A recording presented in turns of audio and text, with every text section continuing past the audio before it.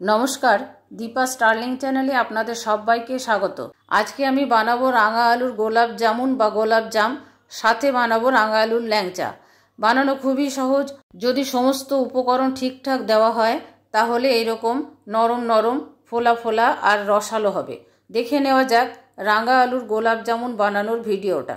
রাঙা আলুর গোলাপ জাম বানাবার জন্য রাঙা আলুগুলো কেটে সেদ্ধ করে খোসা ছাড়িয়ে রেখেছি। এখন গ্রেট করে নেব। ম্যাশ করেও নেওয়া যেতে পারে, কিন্তু তাতে লাম্প থাকতে পারে। গ্রেট করে নিলে বেশি ভালো। সবগুলো আলু গ্রেট করে নেওয়া হয়ে গেল। এবারে কাপে মেপে নেব। রাঙা আলুর সাথে ব্যালেন্স করে অন্যান্য উপকরণগুলো দিতে হবে। আমি 150 ml এর কাপ নিয়েছি। এই কাপের 2 কাপ গ্রেটেড আলু নেব আর 1 কাপ নেব ময়দা। 1 কাপের থেকে একটু কম 3/4 কাপ নেব মিল্ক পাউডার। দেব 1/4 চামচ খাবার সোডা আর 1 টেবিল চামচ ঘি। মিল্ক পাউডারটা দিলে খেতে বেশি ভালো হয় মিষ্টিগুলো। সব কিছু উপকরণ ভালো করে একসাথে মিশিয়ে নেব।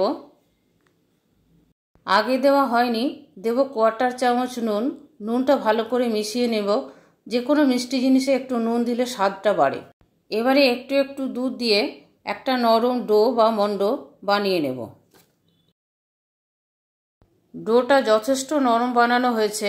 এবারে 15 মিনিটের জন্য ঢাকা দিয়ে দেব সেট হওয়ার জন্য। 15 মিনিট পরে ঢাকাটা খুলব। হাতের মধ্যে একটু ঘি লাগিয়ে নিয়েছি। গোল গোল করে বল বানিয়ে নেব। বলগুলোর বাইরের সারফেসে যেন কোনো রকম দাগ বা ফাটা না থাকে, তাহলে তেলে দিলে ফেটে যাবে। প্রেসার দিয়ে মসৃণ করে বলগুলো বানাতে হবে। সব বলগুলো বানিয়ে নিলাম। আমি 10টা গোল আর 6টা ল্যাংচা শেপে বানিয়ে নিয়েছি। ভাজবার জন্য কড়াইয়ের মধ্যে দিয়েছি রিফাইন্ড অয়েল। তেলটা হালকা একটু গরম হয়েছে। 3টে বলের সাথে একটা লম্বা শেপেরও দিয়ে দেব। তেলটা ঠিকঠাক গরম করে নিতে হবে। কম তেল গরম হলে তলায় আটকে যাবে, আর বেশি হলে বলগুলোর আউটসাইডটা পুড়ে যাবে। কালারটা চেঞ্জ হয়ে গেছে। এখন একটা সাঁড়াশির সাহায্যে আমি তেলটা এইভাবে ঝাঁকাতে থাকবো। বলগুলো ফুলে নিজের থেকেই ভেসে উঠবে। দেখুন বলগুলো অনেকটা ফুলে গেছে।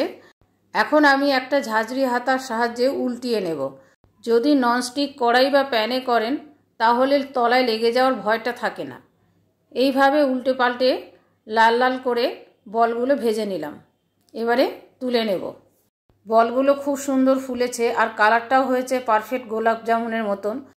একই রকমভাবে পরেরগুলো আমি ভেজে তুলে নেব। সবগুলো ভাজা হয়ে গেল। বলগুলোর কালার আর সাইজ খুবই সুন্দর হয়েছে। একটু ঠান্ডা হলে রসের মধ্যে দেব। ততক্ষণে আমি রসটা বানিয়ে নেব। ঠান্ডা রসে যদি গরম গোলাপ জামুন দেওয়া হয় তাহলে গোলাপ জামুনগুলো ভালো হয় না। রসটা বানাবার জন্য চায়ের কাপের 1.5 কাপ নেব চিনি আর 1.5 কাপ জল। চিনি মেল্ট হয়ে গেছে। এখন এর মধ্যে 2টো এলাচ ফাটিয়ে দিয়ে দিলাম আর দিলাম 1 টেবিল চামচ গোলাপ জল। গোলাপ জলের গন্ধ বেশি পছন্দ করলে 1 টেবিল চামচও ব্যবহার করতে পারেন। এবারে ভেজে রাখা বলগুলো দিয়ে দেব। রসের মধ্যে ভালো করে নেড়ে মিশিয়ে নেব। 5 মিনিটের জন্য ঢাকা দিয়ে দেব গ্যাসের ফ্লেমটা সিম করে। 5 মিনিট পরে ঢাকাটা খুলব। বলগুলো ফুলে প্রায় ডবল হয়ে গেছে। দেখেই মনে হচ্ছে খুবই সুন্দর ভেতরে রস ঢুকেছে। মিষ্টিগুলো আর একটু বড় হবে। এখন আমি গ্যাসের ফ্লেম অফ করে দিয়ে ঢাকা দিয়ে দেব। 20 মিনিট পরে ঢাকাটা খুলব। 20 মিনিট পরে ঢাকাটা খোলার পর দেখুন মিষ্টির সাইজগুলো আর একটু বড় হয়েছে আর রসও বেশ অনেকটা টেনে নিয়েছে। হয়ে গেল রস ভর্তি গোলাপ জামুন বা গোলাপ জাম। আমি এখন একটা প্লেটে তুলে নেব। এইভাবে আপনারাও রাঙা আলুর গোলাপ জামুন খুব সহজে বানিয়ে নিতে পারেন। আমি এখন একটা কেটে আপনাদেরকে দেখাবো। দেখুন কাটবার সময় বোঝা যাচ্ছে কত নরম আর ভেতরটা কত রসালো হয়েছে। ফাঁপা ফাঁপা হয়েছে বলে এরকম ঠিক পরিমাণে রসটা ঢুকেছে আর মিষ্টিগুলো খেতেও এতে ভালো হবে। আমি উপর থেকে একটু রস ছড়িয়ে দেব।